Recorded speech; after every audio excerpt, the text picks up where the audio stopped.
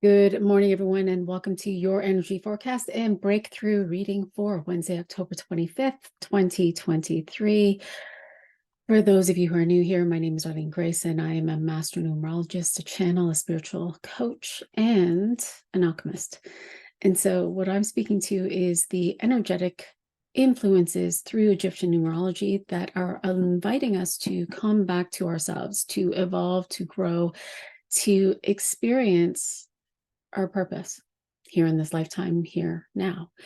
And so we'll be speaking to that and then pulling some cards to see what is rising up in the collective to come into your awareness so that you may decide to continue to play in this pattern or to choose a new experience. And so here we are, and I'm using the word choose.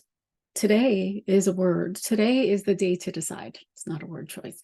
It is the day to decide. Today is the day of self-responsibility. And it really is this day to decide and make up your mind. And if you were to look back at your life and if you were to notice all of the times where you didn't make up your mind and you were sitting on the fence, and as you were sitting on the fence, you were receiving some information and you were feeling some trigger, or you feeling the experience of it. And you sat on that fence. And so you didn't decide what to do. You just stayed in the experience. I know I've done this, and I call this the 2x4 method, where you continue to have the same sort of experience, the same sort of pattern again and again and again until it looks like life is making you choose.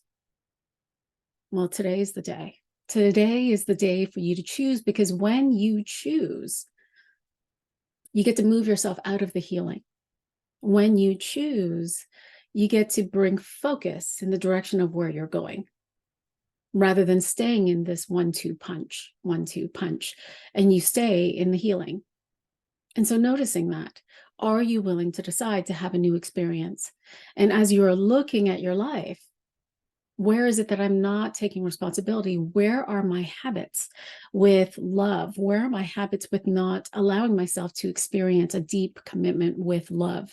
And of course, we're talking inner than outer. So love for myself. Where am I not committed to the love that I have, that flows, that is available, that is here?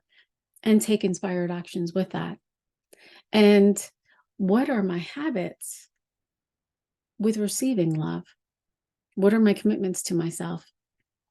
And how is it that I make it okay to not actually have higher experiences with love?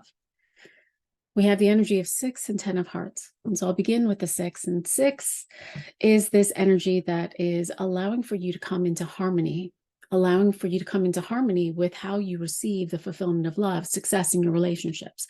It is receiving feedback. And so it can be a karmic influence that is moving you to choice, moving you to decide, but it's also a place to see feedback, to notice, to witness, to observe those in your life and how you are in the success of your relationships, how you are moving towards the success of your relationships. And we've got the 10 of hearts, and the 10 of hearts is feeling fulfilled. It is successful relationships. It is love overflowing. And on the lower perception of this can be indulgence. This can be chasing love. This can be the misinterpretation or the distortion of sex equates to love. And so chasing that through other people and through these physical means. It can be chasing love and doing things outside of deciding. So follow me on this, outside of deciding. And so you're doing these things outside, you're putting out lives, you're putting out memes, you're doing all of these things in order to attain love, feedback, validation from others. But you're not tied in, or you're not anchored into the impact that you desire to make or the love of what it is that you do. And so I'm inviting you to pay attention. Are you in a place of chasing love? Or are you willing to feel into the love that is available to you? And as you are, to notice where you aren't receiving love. And so I want you to muse on this question. What if the greatest gift was to actually be receiving of love from another person? And what would that actually be like? I was watching this show yesterday, I was watching, what was it, Indian matchmaking. And there's this woman, and she was saying, oh, this is what I want. I want a man that's tall, and I want him to be successful, and I want him to be vulnerable, and I want him to be engaging with love. I want him to communicate it. And she received that. She got the guy. And within the first couple of days, the guy was saying, oh man, you tick off all of my boxes. I think that you're beautiful, and I think that you're fun, and I love having conversations with you. And he just expressed how he felt about her. And she was triggered. She actually closed herself off. She actually started to walk away from this relationship because it was too much. It was too much love. And so where are you in that experience of it's just too much? I can't receive more love. I've been listening to people over and over and over again over the last couple of days, and there is this experience of a heart breaking open. And the heart breaking open so that you can actually receive more love. But it's your willingness to move through the discomfort in order to receive it, and to let go of the addiction of the pain and the suffering of when you didn't. And so are you willing to continue to move in that direction, to allow yourself to fill you first? And you fill yourself first by asking yourself the question, what does love feel like in my body? By bringing a hand to the heart and focusing the energy back to the heart, the gravity of the body to hold the frequency of love. And as you're holding the frequency of love in your heart, to invite that to expand out in the body, to allow the body to fill. And what if that was the beginning of self-love? What if that was the beginning of being fulfilled in love? And what if that love filled and overflowing in your body now allowed for you to be inspired in new expressions with love, in new opportunities with love, of letting go of the need for love and how it would look? And so are you willing to move in the direction, allow in radical love, notice where you're not, and stay committed to it anyway, to decide, I decide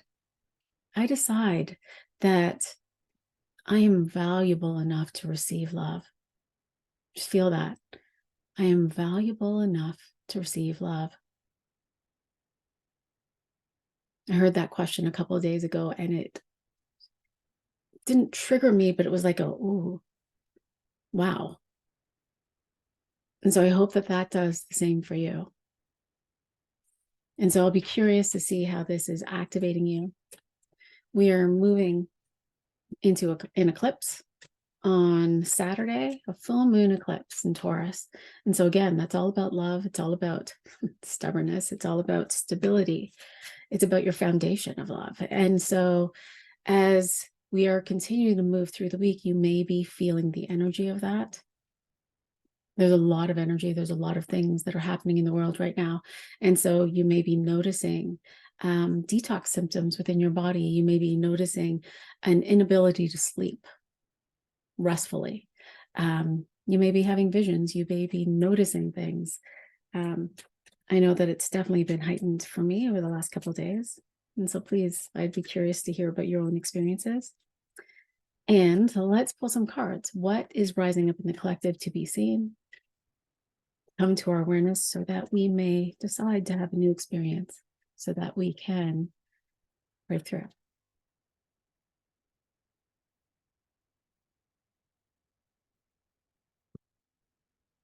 So there's energy moving through.